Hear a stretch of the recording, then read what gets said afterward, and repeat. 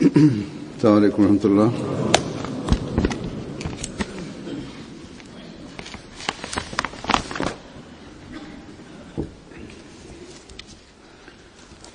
أشهد أن لا إله إلا الله وحده لا شريك له وأشهد أن محمدا عبده ورسوله أما بعد فأعوذ بالله من الشيطان الرجيم. بسم الله الرحمن الرحيم. الحمد لله رب العالمين الرحمن الرحيم مالك يوم الدين إياك نعبد وإياك نستعين اهدنا الصراط المستقيم صراط الذين أنعمت عليهم غير المغضوب عليهم ولا الضالين.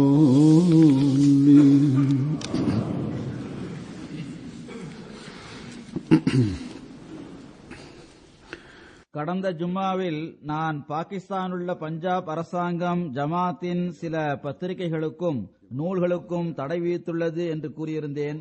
இவை வெளியிடப்பட முடியாது, மேலும் இவற்றை நாம் டிஸ்பிளே செய்யக்கூடாது என்று அவர்கள் கூறியிருக்கின்றார்கள்.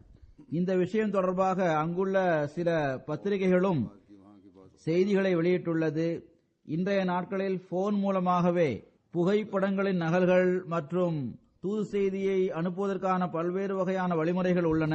இவற்றின் மூலமாக சில நிமிடங்களில் செய்திகள் உலகம் முழுவதும் சுற்றி வந்துவிடுகின்றது.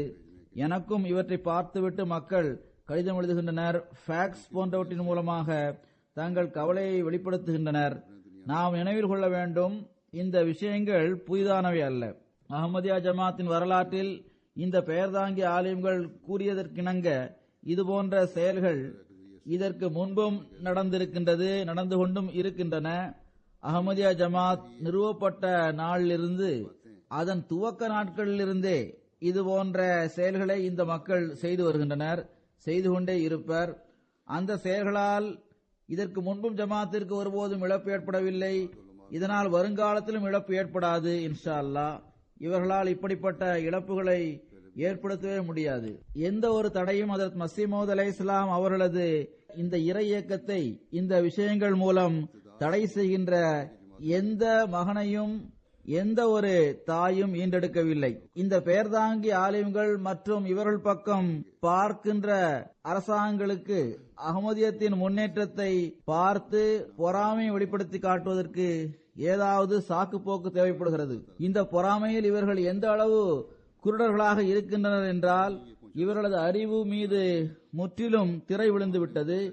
வெளிப்படையாக பார்க்கும்போது படித்தவர்களாக இருக்கின்ற மக்கள் அறிவினர்களை விட ஒருபடி மேலாக இந்த நிலைமைகளை வெளிப்படுத்தி காட்டியுள்ளனர்.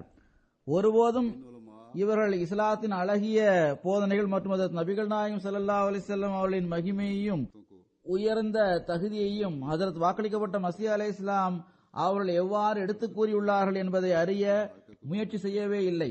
இவர்கள் அஹ்மதியா ஜமாத்தின் நூல்களில் இவையெல்லாம் எவ்வளவு அழகாக எடுத்துக் கூறப்பட்டுள்ளது என்பதை அறிய முயற்சி செய்யவில்லை.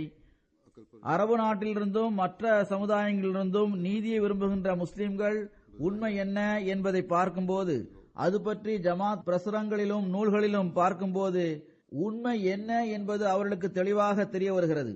இதை பார்த்து அவர்கள் வியப்படைகின்றனர். தாங்கள்தான் இஸ்லாத்தின் கொடியை உயர்த்துவோர்கள் என்று தங்களை பற்றி கருதுகின்ற இந்த பெயர்தாங்கி ஆலிம்கள் எவ்வாறு பொய் மற்றும் ஏமாற்றுதல் மூலம் ஹஜ்ரத் மஸீஹ் மவ்ஊத் அலைஹிஸ்ஸலாம் அவர்களது எண்ணங்களையும் போதனைகளையும் எழுத்துக்களையும் அவற்றில் சில விஷயங்களை மாற்றியும் திரித்தும் கூறுகின்றனர் என்பதை அவர்கள் தெரிந்து கொண்டனர்.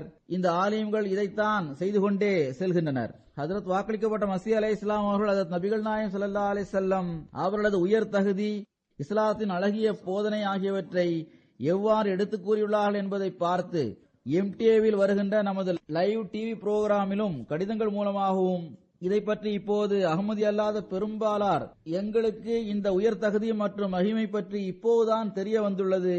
அதுவன்றி இந்த ஆலயங்கள் எங்களை அறியாமையின் திரையில்தான் வைத்திருந்தார்கள் என்ற விஷயத்தை அவர்கள் வெளிப்படுத்தி கூறியுள்ளனர். அகமதியத்தின் மீதுள்ள பகைமையில் இந்த மக்கள் தெரிந்தோ தெரியாமலோ பெருமானார் ஸல்லல்லாஹு அலைஹி வஸல்லம் மற்றும் இஸ்லாத்தின் பெயருக்கு களங்கத்தை ஏற்படுத்துவதற்கு காரணமாக இருக்கின்றனர் என்பதை மக்கள் வெளிப்படுத்தி கூறுகின்றனர். எவ்வாறு இருப்பினும் இந்த ஆலயங்களின் மார்க்கமே பகைமையும் குழப்பமுமே ஆகும். எனவே நாம் உண்மையை தெரிந்து கொள்வோம் என ஒருபோதும் அதற்காக அவர்கள் முயற்சி செய்ய மாட்டார்கள். இதனால் சாதாரண இயல்பில் உள்ள முஸ்லிம்களிடம் எந்த அளவு சீர்குலைவு ஏற்பட்டாலும் சரியே. எவ்வாறு இருப்பினும் இது அவர்களது பணியாகும். இதை அவர்கள் செய்து கொண்டிருப்பர், செய்து கொண்டே செல்வர்.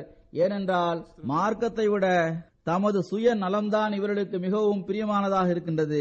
எப்போதும் போன்றே இந்த எதிரிகளின் இந்த செயல் நமது ஈமானில் ஒளியை ஏற்படுத்துவதற்கும் ஹஜ்ரத் வாக்களிக்கப்பட்ட மஸீஹ் அலைஹிஸ்ஸலாம் அவர்களோடு உள்ள அந்த தொடர்பில் முன்னேறுவதற்கும் விதையாக பயன்பட வேண்டும். நம்மிடம் ஹஜ்ரத் மஸீஹ் மவ்ஊத் அலைஹிஸ்ஸலாம் அவர்களது நூல்களை படிப்பதன் பக்கம் குறைவான கவனம் இருந்தது என்றால் இப்போது அதிகமான கவனம் உருவாக வேண்டும். பஞ்சாபின் ஒரு அரசாங்கம் தடை விதித்து விட்டதால் என்னாக போகிறது? முழு உலகிலுள்ள அரசாங்கங்கள் ஒன்று சேர்ந்து இதனை தடை செய்தாலும் கூட இந்த பணியை தடை செய்ய முடியாது. ஏனென்றால் இது மனித முயற்சியால் நடைபெறக்கூடிய பணி அல்ல, இது இறைவனின் பணியாகும். அவன் ஹஜ்ரத் வாக்களிக்கப்பட்ட மஸீஹ் அலைஹிஸ்ஸலாம் அவர்களை அறிவு மற்றும் இறைஞானத்தின் கருவூலங்களுடன் அனுப்பி வைத்திருக்கின்றான். மேலும் வெற்றி பற்றிய வாக்குறுதியை அன்னாருக்கு வழங்கியுள்ளான். எப்போதும் நாம் இதையே பார்த்து வருகின்றோம்.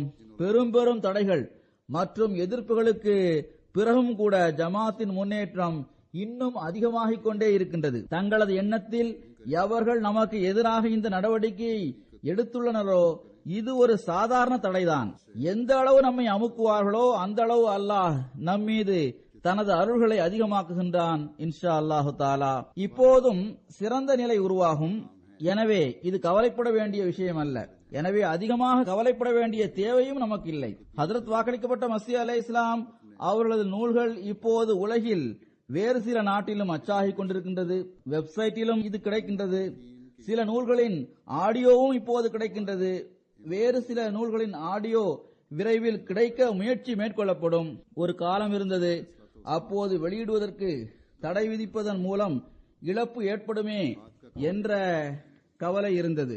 இப்போது அல்லாஹ்வின் அருளால் அறிவு மற்றும் இறைஞானத்தின் இந்த கருவூலம் வானத்தில் பரவிவிட்டது.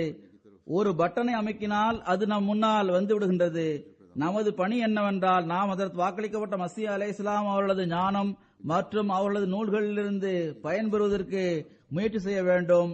MTA-விலும் கூட ஹஜ்ரத் வாக்களிக்கப்பட்ட மஸீஹ் அலைஹிஸ்ஸலாம் அவர்களது நூல்களிலிருந்து முன்பை விட நேரத்தை அதிகமாக்கி அந்த நூல்களின் கருத்துக்களை தர்ஸாக கொடுக்க வேண்டும் என்று நான் எண்ணியுள்ளேன். இவ்வாறு பாகிஸ்தானின் ஒரு மாநிலத்தின் சட்டத்தின் காரணமாக உலகில் பரவியுள்ள அகமதிகளுக்கு பலன் கிடைத்துவிடும். ஒவ்வொரு தடையும் ஒவ்வொரு எதிர்ப்பும் நமக்கு பலனை தருகின்றன. புதிய வழிமுறைகள் மற்றும் புதிய வழிகளின் பக்கம் இதனால் கவனம் ஏற்படுகின்றது. அசல் மொழியில் மட்டும் இந்நூல்களின் தர்ஸ் இருக்காது, மாறாக பல்வேறு உள்ளூர் மொழிகளிலும் இந்நூல்களில் உள்ள கருத்துக்கள் மக்களுக்கு கிடைத்துக் கொண்டே இருக்கும். எனவே எவரது உள்ளங்களில் ஏதாவது ஒரு வகையில் கவலை இருக்குமோ அவர்கள் அந்த கவலையை உள்ளத்திலிருந்து அகற்றிவிட வேண்டும். நமது நூல்களுக்கு எதிராக செய்யப்பட்டுள்ள இந்த அனைத்து நடவடிக்கைகள் மூலமும் எவ்வாறு இருப்பினும் ஒரு விஷயம் தெளிவாக தெரிகிறது. இது மிகவும் தெளிவாக நம் முன்னால் வந்துவிட்டது. இதற்கு முன்பும் எப்போதும் இவ்வாறே இது வந்துள்ளது. நாங்கள் ஹஜ்ரத் ரசூலுல்லாஹ் ஸல்லல்லாஹு அலைஹி வஸல்லம் அவர்கள் மீதுள்ள நேசத்தில் மிகவும் முன்னேறியுள்ளோம். இஸ்லாமிய போதனைகளை நாங்கள் தான் செயல்படுத்துகின்றோம். இதன் காரணமாக அவர்கள் நம்மை எதிர்க்கின்றனர் என்று வாதம் செய்கின்ற இந்த மக்கள் ஜமாத்தின் நூல்களை நீதியின் பார்வையுடன் ஒருபோதும் படித்ததில்லை, ஒருபோதும் படிக்க முயற்சி செய்ததும் இல்லை. பொதுவாக நம் தரப்பிலிருந்தும் இவர்களது வாதத்தின் உண்மை நிலையையும் இவர்களது அசல் முகத்தையும் நாம் காட்டிக்கொண்டுதான் இருக்கின்றோம். ஆனால் இன்றும் ஹஜ்ரத் மஸீமூத் அலைஹிஸ்ஸலாம் அவர்களது எழுத்துக்களிலிருந்து அல்லது அவர்களது சில மேற்கோள்களிலிருந்து இஸ்லாத்தின் போதனைகளுக்கு எதிராகவும் நபிபெருமானா ஸல்லல்லாஹு அலைஹி வஸல்லம் அவர்களின் மகிமைக்கு எதிராகவும் சில கருத்துக்கள் கூறப்பட்டிருப்பதாக எதிரிகள் கூறுகின்றனர். இப்போதும் அன்னாரது எழுத்துக்களில் வெறுப்பூட்டக்கூடிய, உள்ளத்தை புண்படுத்தக்கூடிய கருத்துக்கள் இருப்பதாக அவர்கள் கூறுகின்றனர். அதற்கெதிரில் ஹஜ்ரத் மஸீமூத் அலைஹிஸ்ஸலாம் அவர்களது மேற்கோள்களை நான் இன்று எடுத்து கூற எண்ணியுள்ளேன். முழு கருத்தும் மிகவும் விரிவானதாகும். ஹஜ்ரத் மஸீமூத் அலைஹிஸ்ஸலாம் அவர்கள் பெருமானா ஸல்லல்லாஹு அலைஹி வஸல்லம் அவர்களது மகிமை மற்றும் உயர் தகுதி தொடர்பாக எவற்றையெல்லாம் கூறியுள்ளார்களோ அதை படித்துவிட்டு பெருமானா ஸல்லல்லாஹு அலைஹி வஸல்லம் அவர்கள் மீது தனக்கு அன்பு இருக்கின்றது என்று வாதம் செய்கின்ற ஒரு நபர் இதை கேட்டுவிட்டு படித்துவிட்டு தனது கண்களையும் காதுகளையும் மூடிக்கொள்ள முடியுமா என்று நமக்கு வியப்பாக இருக்கின்றது. எவ்வாறு இருப்பினும் இந்த பெயர்தாங்கி ஆலிம்களுடன் நமக்கு எந்த தொடர்பும் இல்லை. ஆனால் நமது விஷயங்களை MTA மூலமாக கேட்கின்ற அத்தகைய ஆயிரக்கணக்கான மக்களது உள்ளம் மேலும் திறப்பதற்காகவும் அகமதிகளின் உள்ளத்திலும் மூளையிலும் மேலும் ஒளியை உருவாக்குவதற்காகவும் அதை பற்றிய சரியான அறிவை வழங்குவதற்காகவும் நான் சில மேற்கோள்களை இன்று எடுத்து கூறுவேன். இறைவனை புகழ்வது மற்றும் பெருமானா ஸல்லல்லாஹு அலைஹி வஸல்லம் அவர்கள் மீது தரூத் ஓதுவது தொடர்பாக எவ்வளவு அன்பான வார்த்தைகளில் ஹஜ்ரத் வாக்களிக்கப்பட்ட மஸீஹ் அலைஹிஸ்ஸலாம் அவர்கள் கூறியுள்ளார்கள் என்பதை முதலில் நான் கூறுகின்றேன். ஓரிடத்தில் அன்னார் கூறுகின்றார்கள், இறைவா, உனக்கு ஆயிரக்கணக்கான நன்றிகள் உரித்தாகட்டும். எங்களுக்கு உன்னை அடையாளம் கண்டுகொள்வதற்கான வழியை நீயே எங்களுக்கு கூறியுள்ளாய். உனது தூய வேதத்தை இறக்கி சிந்தனை மற்றும் அறிவில் ஏற்படுகின்ற தவறுகளிலிருந்து எங்களை காப்பாற்றிவிட்டாய். தரூதும் சலாவும் ஹஜ்ரத் சையதுர் ருசுல் முஹம்மது முஸ்தபா ஸல்லல்லாஹு அலைஹி வஸல்லம் அவர்கள் மீதும் அவர்களது குடும்பத்தினர் மீதும் அவர்களது சஹாபாக்கள் மீதும் உண்டாகட்டும். அவர்கள் மூலமாக இறைவன் வழிதவறி போன ஒரு உலகையே நேர்வழியில் நடத்தினான். அந்த பயிற்சி அளிப்பவர் மற்றும் பயனளிப்பவர் வழியை மறந்துவிட்ட படைப்பினங்களை மீண்டும் நேர்வழியில் கொண்டு வந்தார். அந்த பேருபகாரம் செய்தவர் மற்றும் அருள் செய்தவர் மக்களை இணை வைத்தல் மற்றும் சிலைகளின் துன்பங்களிலிருந்து விடுவித்தார். அந்த ஒளி மற்றும் ஒளியை பரப்பும் அந்த நபர் ஏகத்துவத்தின் ஒளியை பரப்பினார். அந்த காலத்தின் மருத்துவர் சீர்குலைந்து போன உள்ளங்களை நேர்மையை நிலைத்திருக்கும்படி செய்தார். கருணைமிக்கவராகவும் அற்புதகரமான அடையாளங்களை காட்டுபவராகவும் இருந்த அவர் மரணித்தவர்களுக்கு வாழ்வின் நீரை பருக செய்தார். அந்த கருணையாளர் உம்மத்திற்காக துக்கங்களை ஏற்றுக்கொண்டார், வேதனைகளை சகித்துக் கொண்டார். அந்த வீரர், அந்த பயில்வான் நம்மை மரணத்தின் வாயிலிருந்து வெளியே கொண்டு வந்தார். அந்த சகிப்புத்தன்மையுள்ள தன்னலமற்ற மனிதர் இறைவனுக்கு அடியாராக இருந்து அவன் முன்னால் தலைகுனிந்தார். தன்னை அவர் மண்ணோடு சேர்த்து விட்டார். அந்த முழுமை பெற்ற ஏகத்துவவாதி அந்த இறைஞானத்தின் கடலாக திகழ்ந்த அவருக்கு இறைவனின் கம்பீரம் மட்டுமே தென்பட்டது. மற்றவர்களை தனது பார்வையிலிருந்தும் அவர் வீழ்த்தி விட்டார். ரஹ்மானின் வல்லமையின் அற்புதமாக திகழ்ந்த அவர் எழுத படிக்க தெரியாதவராக இருந்தும் கூட உண்மையான அறிவை வழங்குவதில் எல்லோரையும் விட மிகைத்து நின்றார். ஒவ்வொரு சமுதாயத்தை குறித்தும் அவர்களிடம் தவறுகளும் பிழைகளும் இருக்கின்றன என்பதை சுட்டிக்காட்டி அவர்களை குற்றவாளிகள் என்று நிரூபித்தார். பிறகு எந்த ஒரு நபரது உயர்வான நல்லொழுக்கம் தொடர்பாகவும் ஒன்று அவர் துன்பங்களில் ஆழ்ந்திருக்கும் போது அவை தெரிய வரும், அல்லது அவருக்கு வசதியான நிலைமை இருக்கும் போது, அவருக்கு ஆற்றலும் சக்தியும் கிடைக்கும் போது அவை தெரிய வரும். இதனை எல்லோரையும் விட அதிகமாக அல்லாஹ்வின் நபிமார்களும் அவனுக்கு மிகவும் நெருக்கமாக இருப்பவர்களுமே வெளிப்படுத்துகின்றனர். இதிலும் கூட எல்லோரையும் விட உயர்ந்த தகுதியில் இருப்பது பெருமானார் ஸல்லல்லாஹு அலைஹி வஸல்லம் அவர்கள்தான் என்பது தெரிய வருகின்றது.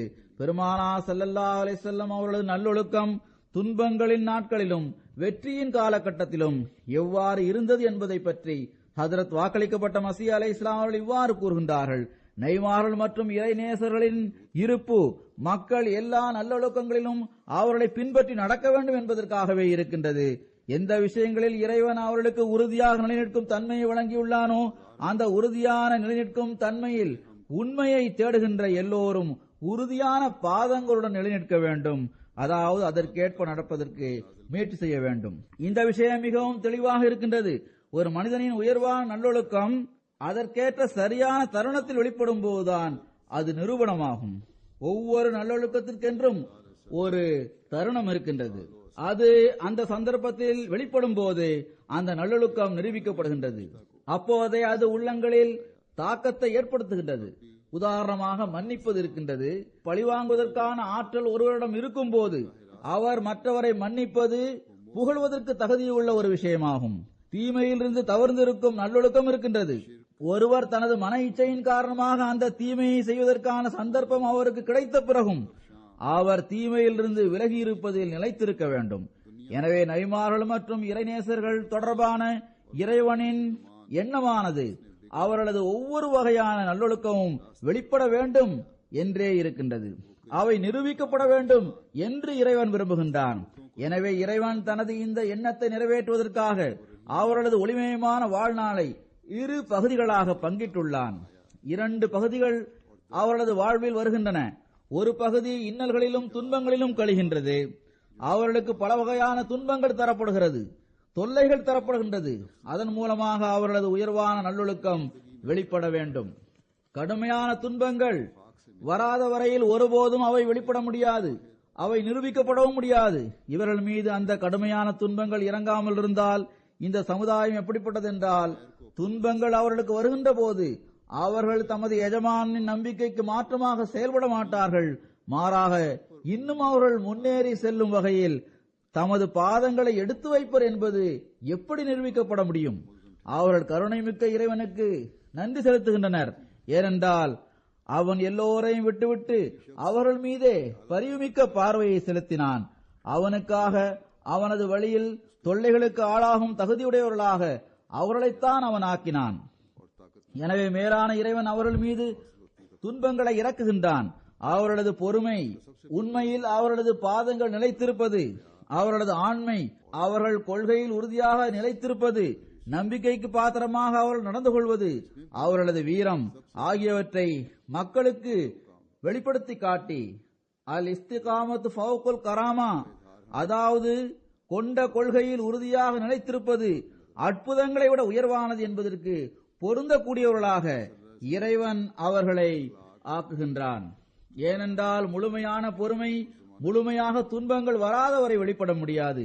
கொள்கையில் நிலை நிற்பதில் உயர்வான தகுதியை பெறுவதையும் உறுதியான பாதங்களுடன் நிலைத்திருப்பதையும் மிகவும் அதிபயங்கரமான பூகம்பங்கள் வராதவரை தெரிந்து கொள்ள முடியாது. இந்த துன்பங்கள் நபிமார்களுக்கும் இறைநேசர்களுக்கும் ஆன்மீக அருட்கொடையாக வருகின்றது. இதன் மூலமாக எந்த நல்லொழுக்கங்களில் ஒப்பற்றவர்களாகவும் நிகரற்றவர்களாகவும் அவர்கள் இருக்கின்றனரோ அது வெளிப்படுகின்றது. மறுமையில் அவர்களது தகுதிகளில் முன்னேற்றம் ஏற்படுகின்றது. இறைவன் அவர்கள் மீது இந்த துன்பங்களை இறக்காமல் இருந்திருந்தால் இந்த அருட்கொடைகளும் அவர்களுக்கு கிடைத்திருக்காது. பொதுமக்கள் மீதும் அவர்களது அழகிய நல்லொழுக்கங்கள் அது வெளிப்பட வேண்டிய தேவைக்கு ஏற்ப வெளிப்படாமல் இருந்திருக்கும். மற்ற மக்களை போன்றும் அவர்களுக்கு சமமானவர்களாகவும் இவர்களும் இருந்திருப்பர். அதாவது எல்லோரும் ஒன்றுபோல் ஆகியிருப்பர்.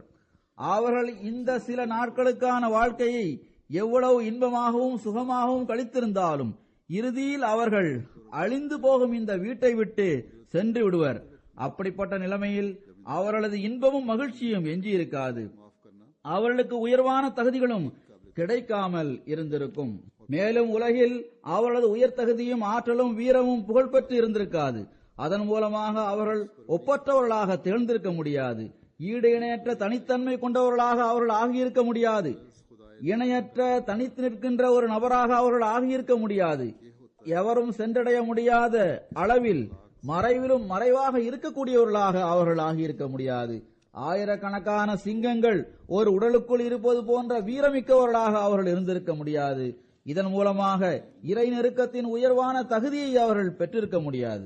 நபிமார்கள் மற்றும் இறைநேசர்களின் வாழ்நாளில் 2வது பகுதி வெற்றியில் இருக்கின்றது.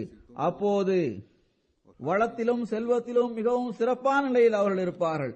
அதன் மூலமாக அவர்களது அந்த உயர்வான நல்லொழுக்கம் வெளிப்பட வேண்டும்.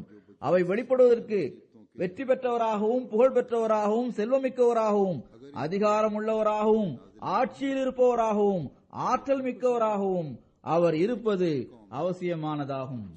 ஏனென்றால் தனக்கு துன்பம் தருபவர்களின் பாவங்களை மன்னிப்பதும், தொல்லைகள் தருபவரை கண்டும் காணாமல் விட்டுவிடுவதும், தமது எதிரிகளிடம் அன்பு கொள்வதும், தமக்கு தீயதை விரும்புகின்றவர்களுக்கு நன்மை செய்வதும், செல்வத்தின் மீது உள்ளத்தை ஈடுபடாமல் வைத்திருப்பதும், செல்வம் வந்ததால் கர்வம் கொள்ளாமல் இருப்பதும், செல்வம் உடையவராக இருக்கும் போது செலவு செய்யாமலும் கருமித்தனத்துடன் நடந்து கொள்ளாமல் இருப்பதும், கருணை, வள்ளல் தன்மை மற்றும் மன்னிப்பின் கதவுகளை திறப்பதும், செல்வம் மூலமாக மன இச்சைகளில் மூழ்காமல் இருப்பதும், ஆட்சியை அநீதி இழைப்பதற்கான மற்றும் வரம்பு மீறி செயல்படுவதற்கான ஒரு கருவியாக ஆக்காமல் இருப்பதும் ஆகிய இந்த எல்லா நல்லொழுக்கமும் எப்படிப்பட்டவை என்றால், அவற்றை நிரூபிப்பதற்காக செல்வத்தை உடையவராகவும் ஆற்றல் மிக்கவராகவும் அவர் இருப்பது நிபந்தனையாக இருக்கின்றது. மனிதனுக்கு செல்வம், அதிகாரம் ஆகிய இரண்டும் கிடைக்கும் போதுதான் இந்த நல்லொழுக்கங்கள் நிரூபணமாகும். ஏனென்றால் துன்பங்கள் மற்றும் பலகீனத்தின் ஒரு காலகட்டமும், செல்வமும் அதிகாரம் இருக்கின்ற ஒரு காலகட்டமும் வராமல் இந்த இரு விதமான நல்லொழுக்கங்களும் வெளிப்பட முடியாது. பிறகு கூறுகின்றார்கள், எனவேதான் ஏக இறைவனின் முழுமையான ஞானமானது நைமார்களுக்கும் இறைநேசர்களுக்கும் ஆயிரக்கணக்கான அருட்கொடைகள் நிறைந்த இந்த இரு நிலைமைகளையும் வழங்கி அதிலிருந்தும் அவர்களை பயன்பெற வைக்க வேண்டும் என்று விரும்பியது. ஆனால் இந்த இரு நிலைமைகளில் உள்ள காலகட்டமும் வருவது ஒவ்வொருவருக்கும் ஒரே ஒழுங்குமுறையில் ஒன்றுபோல் இருப்பதில்லை. மாறாக இறைவனின் நுட்பமான ஞானம், அமைதி மற்றும் மகிழ்ச்சிகரமான வசதியான வாழ்க்கையை சிலருக்கு முதலில் கிடைக்கும்படி செய்து விடுகின்றது.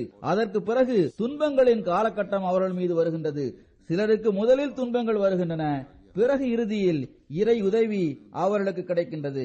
சிலரிடம் இந்த இரு நிலைமைகளும் மறைவாக இருக்கின்றது, சிலரிடம் முழுமையான முறையில் இவை வெளிப்படுகின்றது. இத்தகைய நிலையை அடைந்தவர்களில் எல்லோரையும் விட முதலாவதாக அடியெடுத்து வைத்திருப்பவர்கள் ஹதரத் காத்தமுர் ருசுல் முகமது முஸ்தபா ஸல்லல்லாஹு அலைஹி வஸல்லம் அவர்கள் ஆவார்கள். ஏனென்றால் பெருமானார் ஸல்லல்லாஹு அலைஹி வஸல்லம் அவர்கள் மீது மிகவும் தெளிவாக இந்த இரு நிலைமைகளும் வந்தன. அதாவது துன்பங்களின் நிலைமைகளும் அவர்களுக்கு வந்தன, வெற்றி மற்றும் இறையுதவியின் நிலைமைகளும் அவரிடம் வந்தன. அவை எத்தகைய ஒழுங்குமுறையுடன் வந்தன என்றால், அதன் மூலமாக பெருமானார் ஸல்லல்லாஹு அலைஹி வஸல்லம் அவர்களது அனைத்து உயர்வான நல்லொழுக்கமும் சூரியனை போன்று பிரகாசித்தது. இன்னக லஅலா குலுகின் அலீம், நீர் உயர்வான நல்லொழுக்கத்தில் நிறைவேற்றுள்ளீர் என்பது நிறுவனமாகும் வகையில் அவை இருந்தன.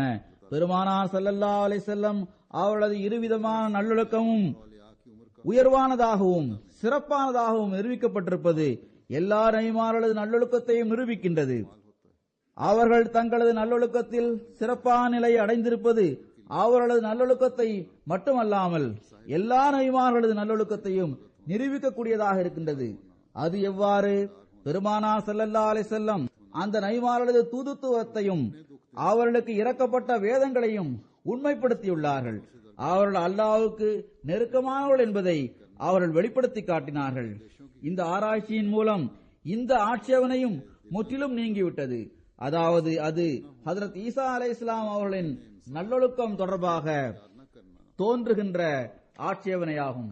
அதாவது ஹஜ்ரத் ஈசா அலைஹிஸ்ஸலாம் அவர்களிடம் இந்த இரு விதமான நல்லொழுக்கங்களும் முழுமையாக இருந்தது நிரூபிக்கப்படவில்லை. இன்னும் சொல்வதென்றால் இவற்றில் ஒரு வகையான நல்லொழுக்கம் கூட அவர்களிடம் இருந்தது நிரூபிக்கப்படவில்லை. ஹஜ்ரத் ஈசா அலைஹிஸ்ஸலாம் அவர்கள் துன்பங்களின் காலகட்டத்தில் பொறுமையை கடைபிடித்திருந்தார்கள் என்றால் அது எப்போது முழுமையாக நிரூபிக்கப்பட முடியும் என்றால் அவர்கள் தமக்கு துன்பங்களை தந்தவர்கள் மீது வெற்றி பெற்று அவர்கள் மீது அதிகாரம் செலுத்தும் நிலையை அடைந்து அவ்வாறு துன்பம் தந்தவர்களது பாவங்களை தூய்மையான உள்ளத்துடன் மன்னிக்கும் போதுதான் அவர்களது நல்லொழுக்கம் நிரூபிக்கப்பட்டிருக்கும். எவ்வாறென்றால் ஹஜ்ரத் காத்தமுல் அம்பியா ஸல்லல்லாஹு அலைஹி வஸல்லம் அவர்கள் மக்கத்தினர் மீதும் ஏனைய மக்கள் மீதும் முழுமையான வெற்றியை பெற்று அவர்கள் தனது வாளுக்கு கீழ் இருப்பதை பார்த்த பிறகும் கூட அவர்களை அன்னார் மன்னித்து விட்டார்கள். அதுபோன்று ஹஜ்ரத் ஈசா அலைஹிஸ்ஸலாம் அவர்களது நிலையும் இருந்தால்தான் அன்னாரது முழுமையான நல்லொழுக்கம் நிரூபிக்கப்பட்டிருக்கும். பெருமானார் ஸல்லல்லாஹு அலைஹி வஸல்லம் அவர்களுக்கு இறைவனிடமிருந்து எவர்கள் தொடர்பாக அவர்களுக்கு உறுதியாக தண்டனை வழங்க வேண்டும் என்ற கட்டளை வந்ததோ அந்த சில மக்களுக்கே அவர்கள் தண்டனை வழங்கினார்கள். தொன்று தொற்றே குற்றவாளிகளாக இருந்து வந்த அந்த ஒரு சில குற்றவாளிகளை தவிர மற்ற ஒவ்வொருவரது பாவத்தையும் அவர்கள் மன்னித்து விட்டார்கள்.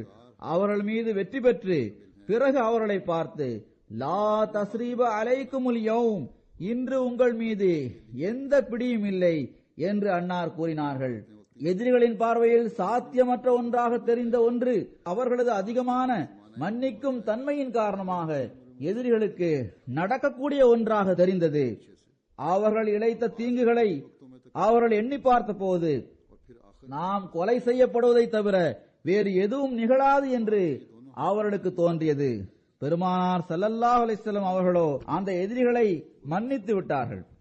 வாக்களிக்கப்பட்ட மஸீஹ் அலைஹிஸ்ஸலாம் அவர்கள் கூறுகின்றார்கள், இதன் காரணமாக ஆயிரக்கணக்கான மனிதர்கள் ஒன்றாக சேர்ந்து அனைவரும் இஸ்லாத்தை ஏற்றுக்கொண்டனர். தனக்கு இழைக்கப்பட்ட கடுமையான கொடுமைகளுக்கு எதிரில் ஒரு நீண்ட காலகட்டம் வரை பெருமானார் ஸல்லல்லாஹு அலைஹி வஸல்லம் அவர்கள் கடைபிடித்த உண்மையான பொறுமையானது சூரியனை போன்று அவர்கள் முன்னால் பிரகாசித்தது. இயல்பாகவே மனிதனிடம் உள்ள பழக்கத்தில் இந்த விஷயம் இருந்து வருகிறது. தன் மீது கொடுமை இழைக்கப்பட்ட காலம் கழிந்த பிறகு, தன் மீது கொடுமை இழைத்தவர்களை பழிவாங்கும் ஆற்றல் ஒருவருக்கு கிடைத்த பிறகும் தனது எதிரிகளை மன்னிக்கின்ற அந்த நபரது பொறுமையின் மகத்துவமும் சிறப்பும் தான் மனிதன் மீது தெளிவாக ஒளி வீசக்கூடியதாக இருக்கின்றது. அதாவது ஒரு நீண்ட காலகட்டம் வரை பெருமானார் ஸல்லல்லாஹு அலைஹி வஸல்லம் அவர்கள் மீது துன்பங்கள் இழைக்கப்பட்டன. ஆனால் ஒருவருக்கு தமது எதிரிகளை பழிவாங்குவதற்கான ஆற்றல் கிடைத்த சமயத்தில் அவர்கள் அந்த எதிரிகளின் பாவங்களை மன்னித்து விடுகின்றார் என்றால் அதுதான் அவரது உண்மையான பொறுமையை வெளிப்படுத்தக்கூடியதாக இருக்கின்றது. இந்த முன்மாதிரியை பெருமானார் ஸல்லல்லாஹு அலைஹி வஸல்லம் அவர்கள் காட்டினார்கள். ஹஜ்ரத் மஸீஹ் மவ்ஊத் அலைஹிஸ்ஸலாம் அவர்கள் கூறுகின்றார்கள், இதன் காரணமாகவே பொறுமை மற்றும் சகிப்புத்தன்மை போன்ற உயர்வான நல்லொழுக்கங்கள் ஹஜ்ரத் ஈசா அலைஹிஸ்ஸலாம் அவரிடம் இருந்தது என்பது சிறந்த முறையில் நிரூபணமாகவில்லை. ஹஜ்ரத் ஈசா அலைஹிஸ்ஸலாம் அவர்கள் அதிகாரம் கிடைத்த நிலையிலும் பொறுமையையும் சகிப்புத்தன்மையையும் கடைபிடித்தார்களா அல்லது வேறு வழியில்லாமல் இவற்றை கடைபிடித்தார்களா என்பது தெளிவாக தெரியவில்லை. அதிகாரம் மற்றும் ஆற்றல் கிடைத்த காலம் ஹஜ்ரத் ஈசா அலைஹிஸ்ஸலாம் அவர்களுக்கு கிடைக்கவில்லை. அவ்வாறு கிடைத்திருந்தால் அதன் மூலமாக அன்னாருக்கு துன்பம் தந்தவர்களை அவர்கள் மன்னித்தார்களா அல்லது பழிவாங்கினார்களா என்பதை நாம் பார்த்திருக்க முடியும். இதற்கு எதிரில் ஹஜ்ரத் நபிகள் நாயகம் ஸல்லல்லாஹு அலைஹி வஸல்லம் அவர்களது நல்லொழுக்கம் இப்படிப்பட்ட நூற்றுக்கணக்கான சந்தர்ப்பங்களில் மிகவும் தெளிவாக தெரிய வந்திருக்கின்றது. அதில் அவர்களுக்கு பரீட்சை நடத்தப்பட்டது. பிறகு அவர்களது உண்மை சூரியனை போன்று பிரகாசித்தது.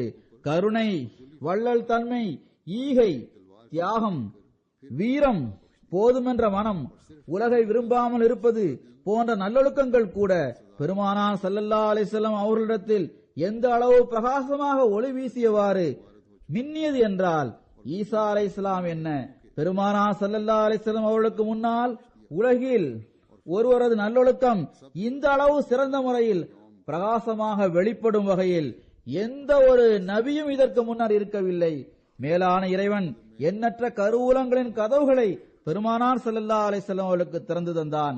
ஆனால் அன்னார் இவை யாவற்றையும் இறைவனின் வழியில் செலவு செய்தார்கள்.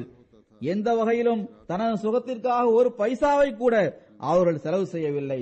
அவர்கள் தனக்கென்று எந்த ஒரு கட்டிடத்தையும் கட்டவில்லை, எந்த ஒரு பீடத்தையும் அவர்கள் ஏற்படுத்திக் கொள்ளவில்லை. மாறாக ஒரு சிறிய முழுமை பெறாத ஒரு அறையில், அதற்கு ஏழைகள் வாழ்கின்ற சிறு வீட்டை விட எந்த ஒரு சிறப்பும் இருந்ததில்லை. தனது அத்தகைய ஒரு சிறு அறையில் அவர்கள் தனது முழு வாழ்நாளையும் கழித்தார்கள். தமக்கு தீங்கிழைத்தவர்களுக்கு நன்மை செய்து காட்டினார்கள். அவர்களது உள்ளங்களை புண்படுத்தியவர்களுக்கு அவர்கள் துன்பங்களில் இருந்த சமயத்தில் தனது செல்வத்தின் மூலமாக அவர்களை மகிழ்ச்சி அடையும்படி அவர்கள் செய்தார்கள். தூங்குவதற்காக பெரும்பாலும் தரையில் ஒரு படுக்கையும் தங்குவதற்கு ஒரு சிறிய குடிசையும் அவர்களுக்கு இருந்தது.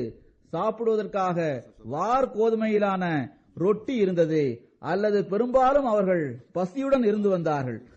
உலகின் செல்வங்கள் அதிகமாக அவர்களுக்கு வழங்கப்பட்டது. ஆனால் பெருமானார் ஸல்லல்லாஹு அலைஹி வஸல்லம் அவர்கள் தமது தூய்மையான கரங்களை உலகத்தின் கரை சிறிதும் படியும் விதத்தில் ஒருபோதும் விட்டுவிடவில்லை. எப்போதும் வறுமையே செழிப்பிற்கு எதிரிலும் ஏழ்மையை வசதியான நிலைமைக்கு எதிரிலும் அவர்கள் கடைபிடித்து வந்தார்கள். அவர்கள் பிறந்த நாளிலிருந்து அவர்கள் தமது உண்மையான நண்பரிடம் செல்கின்ற அந்த நாள் வரை, அதாவது அவர்களது வாழ்வின் ஆரம்ப கால நாட்களிலிருந்து அவர்கள் மரணமடையும் வரை தனது கருணைமிக்க எஜமானுக்கு எதிரில் எவரையும் ஒரு பொருட்டாக அவர்கள் கருதவே இல்லை. போர்க்களத்தில் ஆயிரக்கணக்கான எதிரிகளுக்கு எதிரில் எந்த இடத்தில் நின்று போரிடுவதன் மூலம் அவர்கள் கொலை செய்யப்பட வேண்டியது உறுதியான விஷயமாக இருந்ததோ அந்த இடத்தில் கலப்பற்ற மன தூய்மையுடன் இறைவனுக்காக நின்று போராடியவாறு தனது வீரத்தையும் இறைவனது நம்பிக்கைக்கு பாத்திரமாக நடந்து கொள்வதையும் அவர்கள் வெளிப்படுத்தி காட்டினார்கள். சுருக்கமாக ஈகை குணம், போதுமென்ற மனம், தூய்மை, ஆண்மை, வீரம், இறைவன் மீதுள்ள அன்பு ஆகிய என்னென்ன சிறந்த நல்லொழுக்கங்கள் இருந்தனவோ அவற்றையும் கருணைமிக்க இறைவன் ஹதரத் காத்தமுல் அம்பியா ஸல்லல்லாஹு அலைஹி வஸல்லம் அவர்கள் மூலமாக எவ்வாறு வெளிப்படுத்தினான் என்றால் அதற்கு இணையான ஒன்று உலகில் இதற்கு முன்பும் வெளிப்படவில்லை, இனி வருங்காலத்திலும் அது வெளிப்படாது. ஹதரத் மஸீஹ் மவ்ஊத் அலைஹிஸ்ஸலாம் அவர்கள் கூறுகின்றார்கள், இறைவன் இந்த புனிதர் மீது இந்த பொருளிலேயே தனது வஹீயையும் தூதுத்துவத்தையும் நிறைவடைய செய்தான்.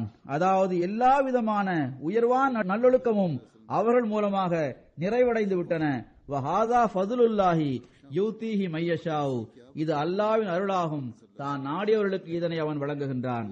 பிறகு ஒரு கிறிஸ்துவரின் கேள்விக்கு பதில் கூறும்போது விளக்கமளித்தவாறு ஒளி மற்றும் பிரகாசம் பெருமானா ஸல்லல்லாஹு அலைஹி வஸல்லம் அவர்களே ஆவார்கள் என்பதை பற்றி ஹதரத் வாக்களிக்கப்பட்ட மஸீஹ் அலைஹிஸ்ஸலாம் அவர்கள் இவ்வாறு கூறுகின்றார்கள். கேள்வி இதுவாகும், ஹதரத் ஈசா அலைஹிஸ்ஸலாம் அவர்கள் தன்னை பற்றி நீங்கள் என்னிடம் வாருங்கள், சோர்வடைந்து இருக்கும் உங்களை நான் இளைப்பாற வைப்பேன், நானே ஒளியாகவும் வழியாகவும் சத்தியமாகவும் ஜீவனுமாகவும் இருக்கின்றேன் என்று கூறியுள்ளார்கள். இஸ்லாத்தின் தோற்றுனர் இதை போன்ற வார்த்தைகளை தன்னுடன் தொடர்புபடுத்தி கூறியுள்ளார்களா என்பதுதான் கேள்வி. ஹதரத் வாக்களிக்கப்பட்ட மஸீஹ் அலைஹிஸ்ஸலாம் அவர்கள் இவ்வாறு பதில் கூறினார்கள். திருக்குரானில் அல்லாஹ் குல் இன் குன்தும் துஹிப்பூன் அல்லாஹ ஃபத்தபியூனி யுஹ்யிகுமுல்லாஹ் யக்ஃபிர் லக்கும் ஸுனூபக்கும், அதாவது நீர் கூறுவீராக, நீங்கள் இறைவன் மீது நேசம் வைத்துள்ளீர்கள் என்றால் வாருங்கள் என்னை பின்பற்றுங்கள், அதன் மூலம் இறைவனும் உங்களை நேசிப்பான், மேலும் உங்களது பாவங்களை மன்னித்து விடுவான். என்னை பின்பற்றுவதன் மூலம் மனிதன் இறைவனின் நேசத்திற்குரியவனாக ஆகிவிடுவான் என்ற இந்த வாக்குறுதி ஹதரத் ஈசா அலைஹிஸ்ஸலாம் அவர்களின் கூற்றுகளை விட மிகைத்து நிற்கின்றது. மனிதன் இறைவனின் நேசத்திற்கு உரியவராக ஆகுவதை விட வேறு எந்த உயர்வான தகுதியும் இருக்க முடியாது. எனவே எவரது வழியில் செல்வது மனிதரை இறைவனது நேசத்திற்கு உரியவராக ஆக்கிவிடுகின்றதோ அதைவிட அதிகமாக வேறு யாருக்கு தன்னை ஒளி என்ற பெயரில் அழைக்கும் உரிமை இருக்கின்றது. எனவேதான் திருக்குரானில் அல்லாஹ் ஜல்ல ஷானுஹு பெருமானா ஸல்லல்லாஹு அலைஹி வஸல்லம் அவர்களுக்கு நூர் ஒளி என்று பெயர் வைத்துள்ளான். கது ஜாஅக்கும் மினல்லாஹி நூர், அதாவது உங்களிடம் இறைவனின் ஒளி வந்துள்ளது என்று அல்லாஹ் கூறுகின்றான். ஹஜ்ரத் நபிகள் நாயகம் ஸல்லல்லாஹு அலைஹி வஸல்லம் அவர்கள் மீதுள்ள அன்பு மற்றும் அன்னாரை பின்பற்றி செல்வது மனிதனை இறைவனுக்கு பிரியமானவனாக ஆக்கிவிடுகிறது என்பதை விளக்கியவாறு ஹஜ்ரத் மஸீஹ் மவ்ஊத் அலைஹிஸ்ஸலாம் அவர்கள் இவ்வாறு கூறுகின்றார்கள். அல்லாஹ் ஒருவரை நேசிப்பதற்கு அவர் பெருமானா ஸல்லல்லாஹு அலைஹி வஸல்லம் அவர்களை பின்பற்றி நடக்க வேண்டும் என்பதை நிபந்தனையாக அல்லாஹ் வைத்திருக்கின்றான். பெருமானா ஸல்லல்லாஹு அலைஹி வஸல்லம் அவர்களை பின்பற்றி நடந்தால் எனது நேசம் கிடைக்கும் என்ற நிபந்தனையை அவன் விதித்துள்ளான். அன்னார் கூறுகின்றார்கள், இது எனது சொந்த அனுபவமாகும். பெருமானார் ஸல்லல்லாஹு அலைஹி வஸல்லம் அவர்களை உண்மையான உள்ளத்துடன் பின்பற்றுவது, அவர்கள் மீது அன்பு கொள்வது இறுதியில் மனிதனை இறைவனது நேசத்திற்குரியவனாக ஆக்கிவிடும். அது எவ்வாறென்றால் அந்த இறைவனே அத்தகைய நபரது உள்ளத்தில் இறை அன்பின் ஒரு உருக்கத்தை ஏற்படுத்தி விடுவான். அப்போது அத்தகைய நபர் எல்லாவற்றிலிருந்தும் தமது உள்ளத்தை விலக்கியவாறு அவன் பக்கமே குனிந்து விடுகின்றார். அவரது ஆர்வம் இறைவனுக்காக மட்டுமே எஞ்சியிருக்கும். அப்போது இறைவனது அன்பின் தோற்றம் அவர் மீது படுகின்றது. அது அவருக்கு முழுமையான பேரன்பின் நிறத்தை வழங்கி ஒரு உணர்வுடன் அவரை தன் பக்கம் ஈர்த்துக் கொள்கின்றது. அப்போது மன இச்சைகள் மீது அவர் வெற்றி பெற்று விடுகின்றார். அவருக்கு உதவி செய்யும் விதத்திலும் அவருக்கு ஆதரவாகவும் இறைவனது வழக்கத்திற்கு மாற்றமான செயல்கள் அடையாளங்களின் வடிவில் அவர் மீது வெளிப்படுகின்றது. எல்லோரையும் விட முழுமை பெற்ற மனிதரும் முழுமை பெற்ற நபியும் ஹஜ்ரத் நபி ஸல்லல்லாஹு அலைஹி வஸல்லம் அவர்களே ஆவார்கள் என்பதை பற்றி ஹஜ்ரத் மஸீஹ் மவ்ஊத் அலைஹிஸ்ஸலாம் அவர்கள் இவ்வாறு கூறுகின்றார்கள். அந்த மனிதர் தனது இருப்பின் மூலமாகவும் பண்புகள் மூலமாகவும் செயல்கள் மூலமாகவும் நமது ஆன்மீக மற்றும் தூய ஆற்றல்களை கொண்ட வலுவான நதியின் மூலமாகவும் முழுமையான சிறப்பின் முன்மாதிரியை தனது அறிவு, செயல், உண்மை, உறுதியாக நிலைநிற்றல் ஆகியவற்றின் மூலமாக காட்டினார். அவர் முழுமை பெற்ற மனிதர் என்று அழைக்கப்பட்டார். அந்த மனிதர் எல்லோரையும் விட சிறந்தவரும் முழுமை பெற்ற மனிதரும் ஆவார். அவர் முழுமை பெற்ற நபி ஆவார். அவர் முழுமையான அருள்களுடன் வந்தார். அவர்களது ஆன்மீக எழுப்புதல் மற்றும் ஒன்று திரட்டுதல் மூலமாக உலகில் முதல் கியாமத் ஏற்பட்டது. மரணித்து போன ஒரு உலகம் அவரது வருகையால் உயிர் பெற்றது. அந்த அருளுக்குரிய நபி ஹஜ்ரத் ஹாத்தமுல் அம்பியா, இமாமுல் அஸ்பியா, ஹதமுல் முர்சலீன், ஃபஹருன் நபியின் ஜனாப் முஹம்மது முஸ்தபா ஸல்லல்லாஹு அலைஹி வஸல்லம் அவர்களாவார்கள். உலகம் தோன்றிய நாள் முதல் எவர் மீதும் நீ பொழியாத சாந்தியையும் கருணையையும் இறைவா அந்த அன்பான நபியின் மீது பொழிவாயாக. இந்த மகத்தான நபி உலகில் வராமல் இருந்திருந்தால் எத்தனை சிறு சிறு நபிமார்கள் உலகில் வந்திருந்தனரோ. உதாரணமாக யூனுஸ், அய்யூப், மரியமின் மகன் ஈசா, மலாக்கி, யஹியா, ஜக்கரியா போன்ற நபிமார்களது உண்மைக்கு நம்மிடம் எந்த ஆதாரமும் இருக்கவில்லை. இவர்கள் எல்லோரும் இறைவனுக்கு நெருக்கமானவர்களாகவும் மகத்துவமிக்க இறைவனது அன்பிற்குரியவர்களாக இருந்தாலும் இந்த மக்களும் கூட உலகில் உண்மையாளராக கருதப்படுவது இந்த நபியின் பேருபகாரமாகும். அல்லாஹும்ம ஸல்லி வ ஸல்லம் வ பாரிக் அலைஹி வ ஆலிஹி வ அஸ்ஹாபிஹி அஜ்மஈன். பிறகு பெருமானா ஸல்லல்லாஹு அலைஹி வஸல்லம் அவர்களது சில பேருபகாரங்களை குறிப்பிட்டவாறு ஹஜ்ரத் மஸீஹ் மவ்ஊத் அலைஹிஸ்ஸலாம் அவர்கள் கூறுகின்றார்கள், இறைவன் நமக்காக எத்தகைய ஒரு இறை தூதர் ஸல்லல்லாஹு அலைஹி வஸல்லம் அவர்களை அனுப்பியுள்ளான் என்றால் அவர் கருணை மிக்கவராவார். எல்லா விதமான நற்காரியங்களிலும் சிறப்பினை பெற்றவராக அவர் இருக்கின்றார். எல்லா வகையான சிறப்புகளிலும் எல்லா வகையிலும் முன்னேறி சென்றவராக அவர்கள் இருக்கின்றார்கள். அவர்கள் எல்லா நபிமார்கள் மற்றும் இறை தூதர்களின் முத்திரையாக திகழ்கின்றார்கள். நகரங்களின் தாயிடம் தோன்றிய வாக்களிக்கப்பட்ட நபி உண்மையில் முஹம்மது முஸ்தபா ஸல்லல்லாஹு அலைஹி வஸல்லம் அவர்களே ஆவார்கள். அவரிடமிருந்து அருள்களை பெற்றுக் கொண்டவர்களின் நாவுகள் எப்போதும் அவர்களை புகழ்வதில் ஈரமாக இருக்கின்றது. உம்மத்திற்காக அளவு கடந்த கஷ்டங்களை தாங்கி அவர்களுக்காக உழைத்ததன் காரணமாக இந்த வகையிலும் அவர் புகழுக்குரியவராக இருக்கின்றார். அவர் மார்க்கத்தின் கட்டிடத்தை உயர்த்தினார். நமக்காக அவர் ஒளிமயமான பிரகாசமான நூலை கொண்டு வந்தார். அதன் காரணமாகவும் அவர் புகழுக்குரியவராக இருக்கின்றார். தமது இறைவனான ரப்புல் ஆலமீனின் தூது செய்தியை எட்ட வைப்பதில் நமக்காக அவர்கள் பல வகையான துன்பங்களுக்கு இலக்காக வேண்டியது வந்தது. அதனால் அவர் புகழுக்குரியவராக இருக்கின்றார். இதற்கு முன்னுள்ள வேதங்களில் எவையெல்லாம் முழுமை பெறாமலும் குறையுடையதாகவும் இருந்ததோ அதனை பெருமானார் ஸல்லல்லாஹு அலைஹி வஸல்லம் அவர்கள் முழுமைப்படுத்தினார்கள். பிறகு எவ்வித கூடுதல் மற்றும் குறைவு இல்லாத மற்ற குறைகளிலிருந்து தவிர்த்து இருக்கின்ற தூய ஷரியத்தை வழங்கினார்கள். நல்லொழுக்கம் அதன் முழுமையை எய்தும்படி அவர்கள் செய்தார்கள். எவையெல்லாம் குறையாக இருந்தனவோ அவற்றை அவர்கள் முழுமைப்படுத்தினார்கள். உலகில் உள்ள எல்லா சமுதாயங்களையும் தனது அருள்களிலிருந்து பங்கு பெறக்கூடியவர்களாக அவர்கள் ஆக்கினார்கள்.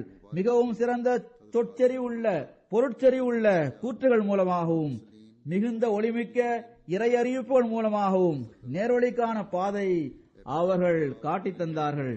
படைப்பினங்களை வழிதரவி செல்வதிலிருந்தும் அவர்கள் காப்பாற்றினார்கள். அவர்களை தனது முன்மாதிரியின் மூலமாக அவர்களை காப்பாற்றி கரையேற்றினார்கள். விலங்குகள் போன்றும் படிக்காத அறிவினர்களாகவும் இருந்த காட்டு மிராண்டிகளுக்கும் கூட அன்னாரை புகழ்கின்ற நாவுகளை அவர்கள் வழங்கினார்கள்.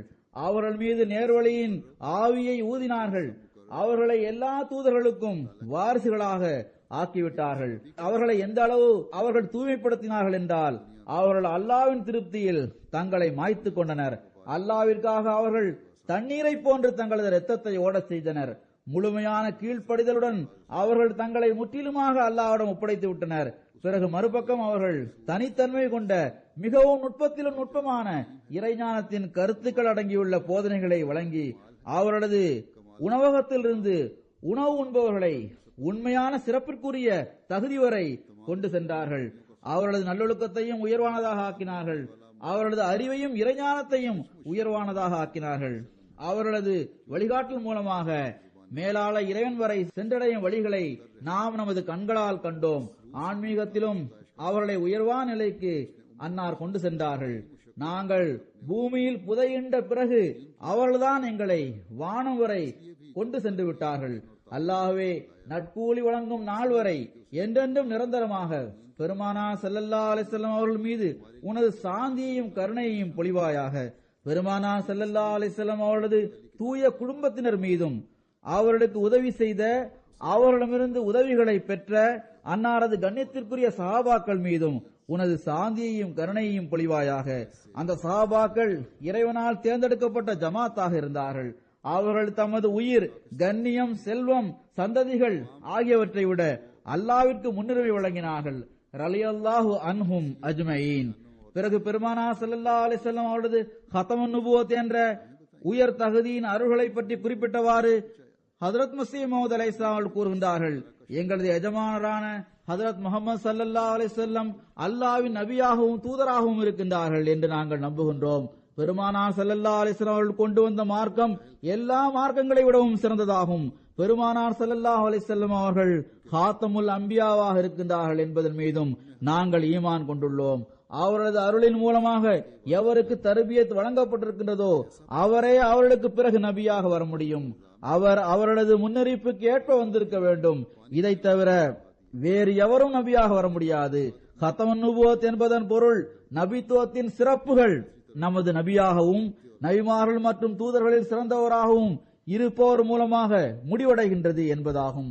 அவர்களது உம்மத்தை சார்ந்தவராகவும் அவர்களை முழுமையாக பின்பற்றுபவர்கள் ஒருவராக இருப்பவரே நபியாக வர முடியும் என்பதே எங்கள் கொள்கையாகும். அவர் எல்லாவிதமான அருள்களையும் அவர்களது ஆன்மீகத்திலிருந்தே பெற்றிருக்க வேண்டும். அவரது ஒளியிலிருந்தே அவர் ஒளி பெற்று பிரகாசிக்க வேண்டும். இதை தவிர்த்து வேறு எந்த நபியும் வர முடியாது. இந்த விஷயமே உண்மையாகும். அது பெருமானார் ஸல்லல்லாஹு அலைஹி வஸல்லம் அவர்களது அருள்களுக்கு சாட்சியாக விளங்குகிறது. மக்களுக்கு அவர்களது அழகு, அவர்களை உண்மையான முறையில் பின்பற்றியவாறு அவர்கள் மீது உள்ள முழுமையான அன்பிலும் முழுமையான களப்பற்ற மன தூய்மையிலும் தங்களையே மாய்த்துக் கொள்பவர்களின் ஆடையின் மூலமாக காட்டப்பட்டிருக்கின்றது. இதற்கு எதிராக விவாதம் செய்வது அறியாமையாகும். மாறாக அது இறைவனிடமிருந்து பெருமானார் ஸல்லல்லாஹு அலைஹி வஸல்லம் அவர்கள் சந்ததிகள் அற்றவர்களாக இருக்கவில்லை என்பதற்கான ஆதாரமாகும். ஞானமுள்ளவர்களுக்கு இதை விளக்க வேண்டிய எந்த தேவையும் இருக்காது. பெருமானார் ஸல்லல்லாஹு அலைஹி வஸல்லம் அவர்கள் பௌதிகமான முறையில் எந்த ஒரு ஆண்மகனுக்கும் தந்தை அல்ல. அவர்கள் ஆன்மீகத்தில் சிறப்பினை எய்தியுள்ள நபருக்கு தனது அருள்களை வழங்குவதன் மூலம் அவரது தந்தையாக இருக்கின்றார்கள். அவர்கள் எல்லா நபிமார்களது முத்திரையாகவும் இறைவனால் ஏற்றுக்கொள்ளப்பட்ட எல்லா நல்லடியார்களின் தலைவராகவும் இருக்கின்றார்கள். அவர்களது முத்திரையின் அச்சு பதிந்திருக்கின்ற, மேலும் அவர்களது சுன்னத்தை பின்பற்றி நடப்பவரை தவிர வேறு எவரும் இறைவனின் சந்நிதி வரை சென்றடைய முடியாது. அவர்களது தூதுத்துவத்தை ஏற்றுக்கொள்ளாமலும் அவர்களது மார்க்கம் மற்றும் அவர்களது சமுதாயத்தில் உறுதியாக நிலைநிற்காமலும் எந்த ஒரு செயலும் இறைவணக்கமும் ஏற்றுக்கொள்ளப்பட முடியாது. எவர் அவர்களை கைவிட்டு விட்டாரோ, மேலும் தனது ஆற்றலுக்கேற்ப அவர்களது எல்லா நடைமுறைகளையும் பின்பற்றாமல் இருப்பாரோ அவர் அழிந்து விடுவார். அவர்களுக்கு பிறகு எந்த ஒரு புது ஷரியத்தும் வர முடியாது. எந்த ஒரு விஷயமும் அவர்களது வேதத்தையும் அவர்களது சட்டங்களையும் ரத்தாக்கக்கூடியதாகவும் அவர்களது தூய கூற்றுகளை மாற்றக்கூடியதாகவும் இருக்கவே முடியாது. எந்த ஒரு மலையும் அவர்களது மலைக்கு ஒப்பானதாக இருக்க முடியாது. எவர் திருக்குரானை பின்பற்றுவதிலிருந்தும் ஒரு அணு அளவு வெளியேறி விடுவாரோ அவர் ஈமானின் வட்டத்திலிருந்தும் வெளியேறிவிட்டார். இதுவரை ஒருவர் நமது தேர்ந்தெடுக்கப்பட்ட நபி ஸல்லல்லாஹு அலைஹி வஸல்லம் அவர்கள் மூலமாக நிறுவனமாகியுள்ள அந்த எல்லா விஷயங்களையும் பின்பற்றி நடக்காமல் இருப்பாரோ அதுவரை அவர் வெற்றி பெற முடியாது. அவருக்கு ரட்சிப்பும் கிடைக்காது.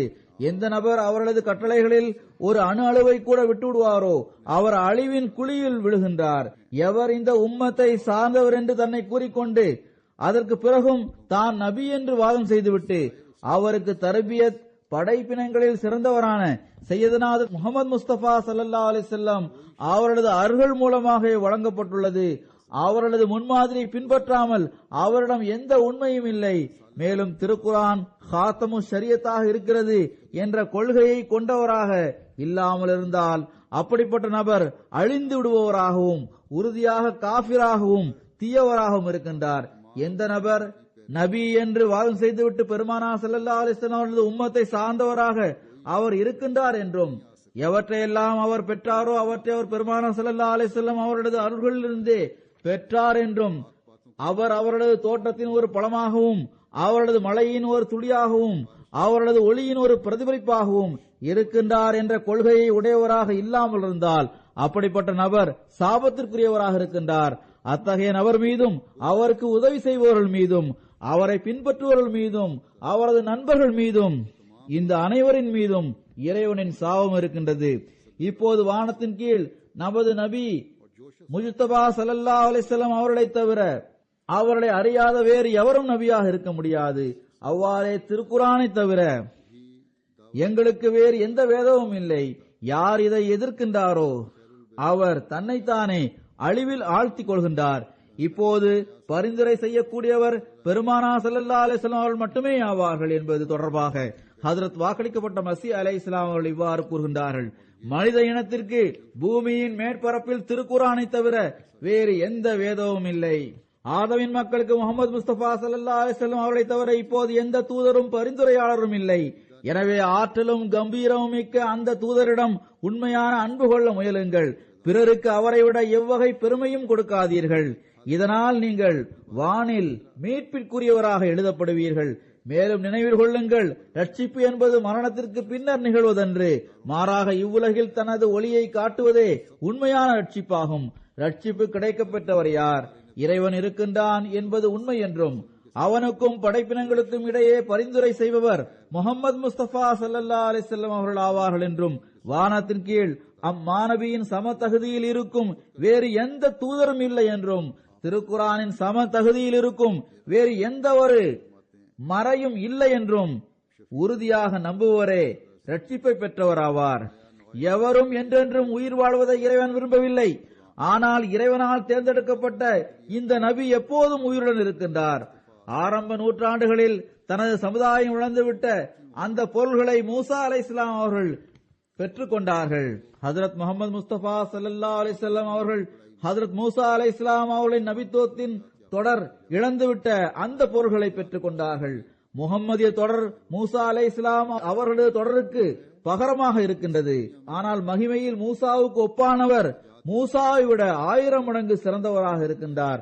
அவ்வாறே ஈசாவுக்கு ஒப்பானவர் மரியமின் மகனை விட 1000 மடங்கு சிறந்தவராக இருக்கின்றார். எண்ணற்ற மேற்கோள்களிலிருந்து இந்த சில மேற்கோள்களை நான் எடுத்துள்ளேன். அவை ஹஜ்ரத் வாக்களிக்கப்பட்ட மஸீஹ் அலைஹிஸ்ஸலாம் அவர்கள் ஹஜ்ரத் நபிகள் நாயகம் ஸல்லல்லாஹு அலைஹி வஸல்லம் அவர்களின் மகிமை மற்றும் உயர் தகுதி தொடர்பாக எழுதியவையாகும். இவ்வாறே இஸ்லாத்தின் பல்வேறு போதனைகளை விளக்கும் வகையில் ஒரு கருவூலத்தை அவர்கள் வழங்கியுள்ளார்கள். அல்லாஹு தாலா அவற்றிலிருந்து அதிகமாக நாம் பலனை பெறுவதற்கான தௌஃபீக்கை வழங்குவானாக.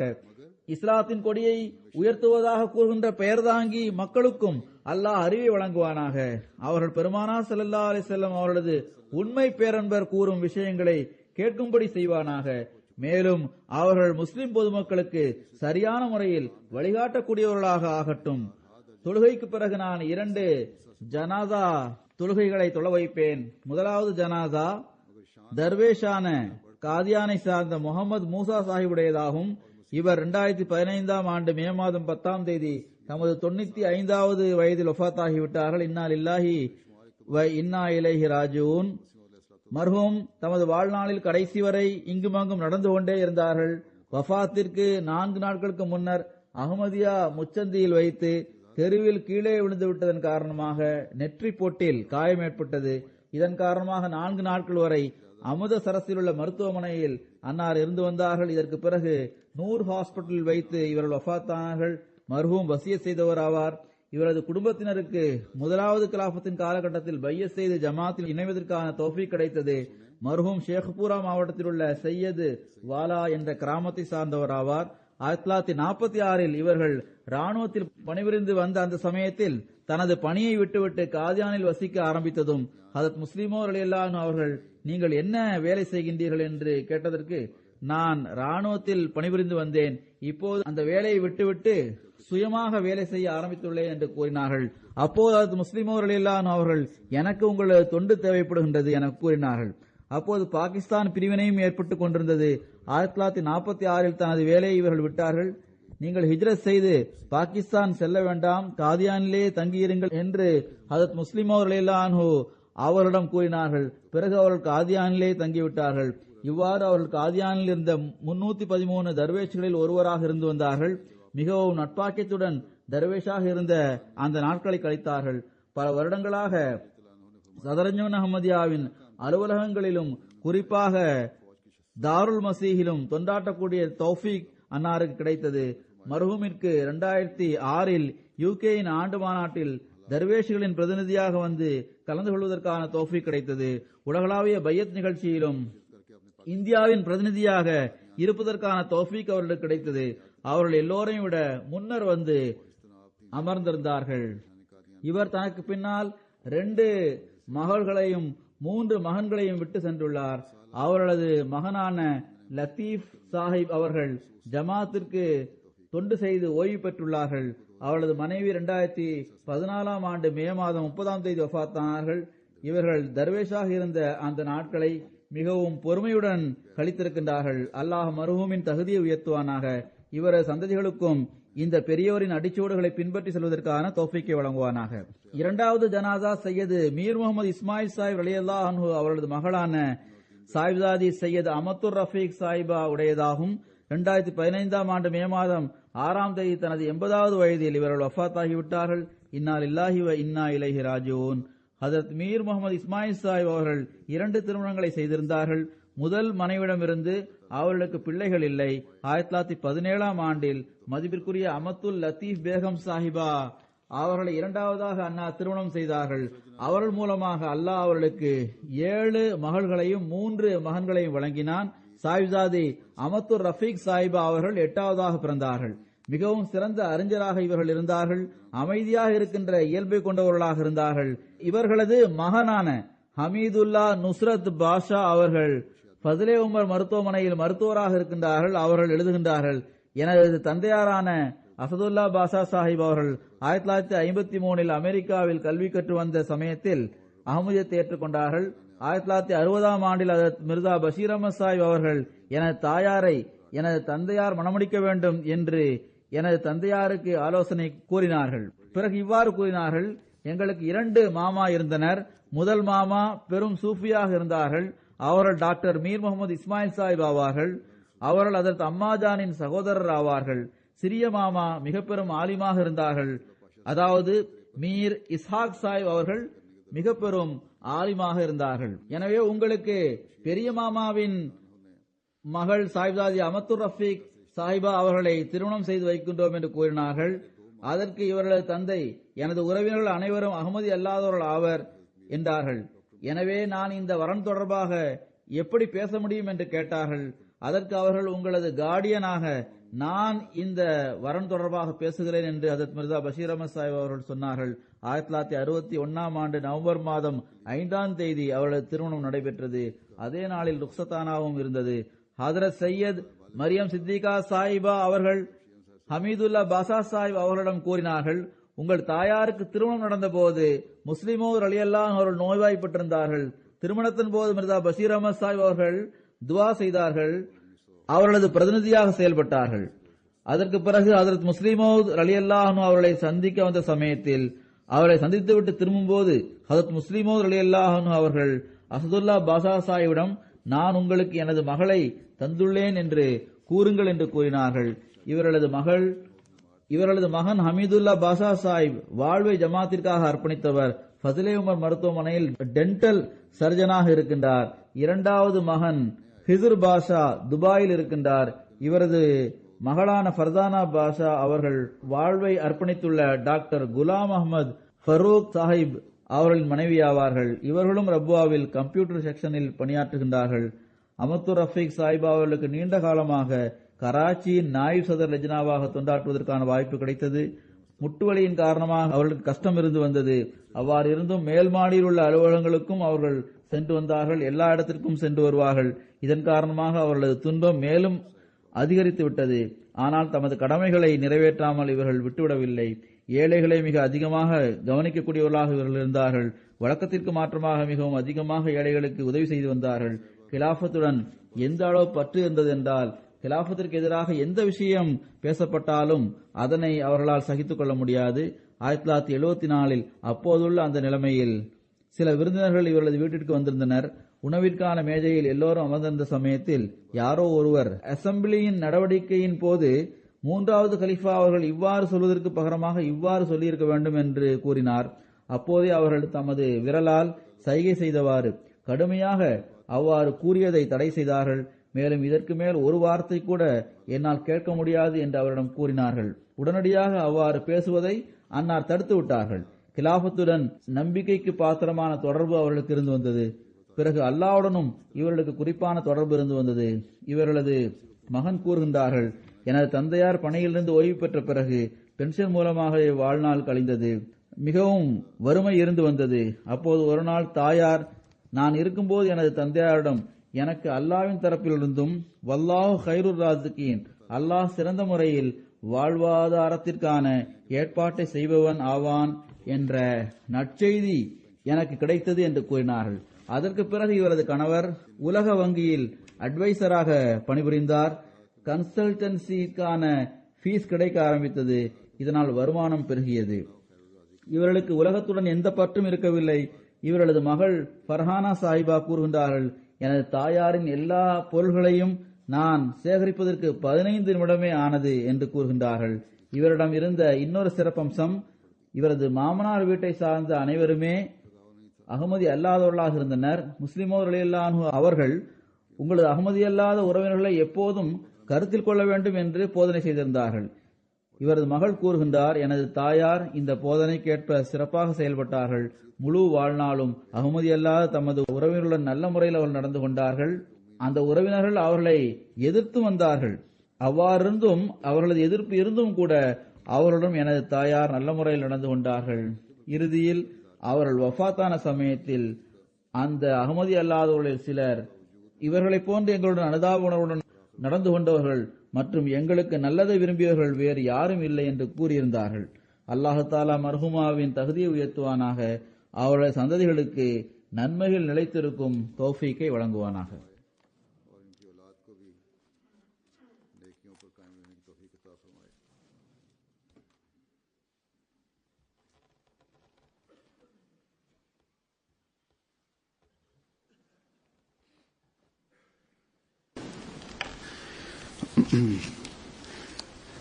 الحمد